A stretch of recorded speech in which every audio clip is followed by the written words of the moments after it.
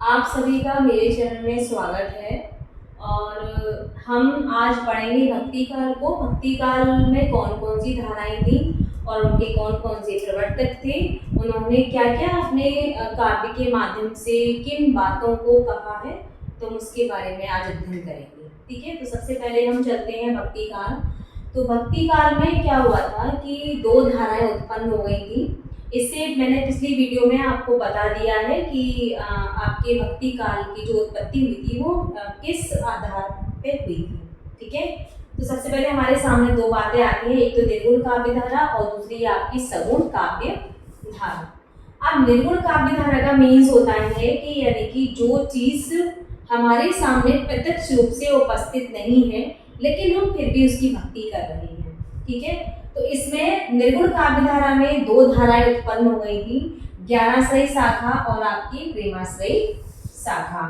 ज्ञानाश्रयी शाखा को दूसरे नाम से भी जानते हैं, यानी कि संत काव्य धारा, यानी कि जो संत लोग थे वो अपने ज्ञान के मार्ग पर चलते थे और वो अपना भक्ति का मार्ग उन्होंने अपना रखा था।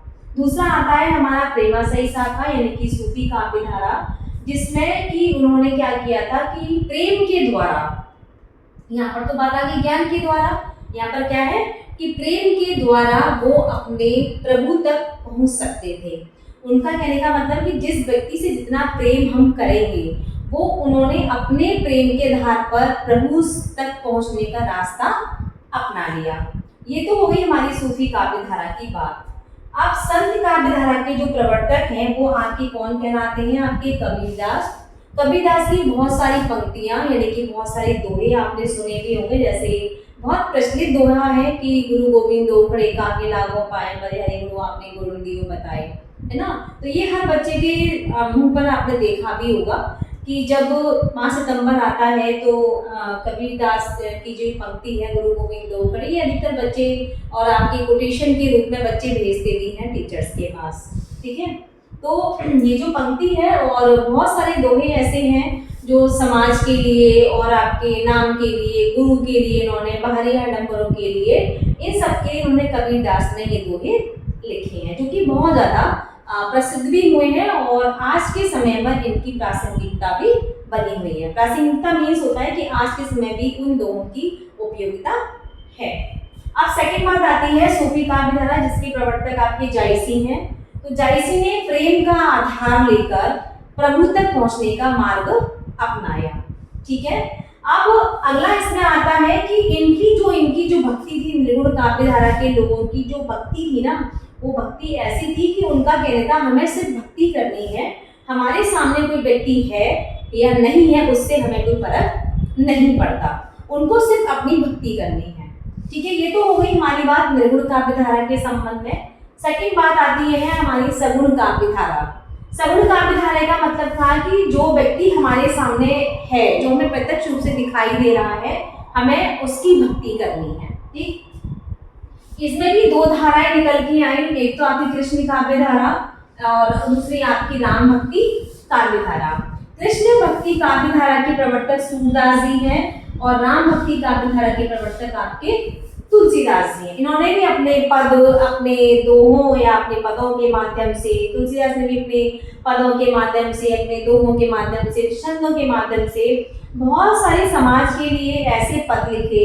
अब जैसे कृष्ण काव्य धारा का ही इन्होंने वर्णन किया है सूरदास ने ऐसा वर्णन किया है कि जो कि कोई व्यक्ति आंखों के देखकर भी कृष्ण जी का वर्णन नहीं कर सकता। ठीक है, तो आपने कृष्ण लीला टीवी पर देखी होगी और आज भी समाज में कृष्ण लीला होती है। तो कृष्ण लीला का जो वर्णन सूरदास जी ने किया है, माना जाता है सूरदास जो थे पैदा ही अंधे थे, यानी कि पैदाइशी उनकी अंधे से हुई थी, ऐसा माना जाता है कुछ विद्वान, मतलब अधिकतर विद्वानों के अनुसार। ठीक है, और इतना बारीकी से एक एक अंग का वर्णन करना, इतनी छवि का वर्णन करना एक व्यक्ति के लिए आसान बात नहीं है। तुलसीदास की बात आती है, इन्होंने राम भक्ति काव्य धारा, इन्होंने राम को अपना भक्त मान लिया और वो कहते हैं कि मैं आपका दास हूँ, मैं कहीं नहीं जाऊँगा आपको छोड़ के, आप भी मेरे सब कुछ हो, मैं आपका दास हूँ, आप मेरे स्वामी हो। तो इस तरह की भावना को लेकर राम भक्ति काव्य धारा प्रचलन में आई, जिसके प्रवर्तक कौन है? तुलसीदास। आशा करती हूँ आपको ये चार्ट जो है मेरा समझ में आया होगा, और बहुत आसान है इसको याद करना।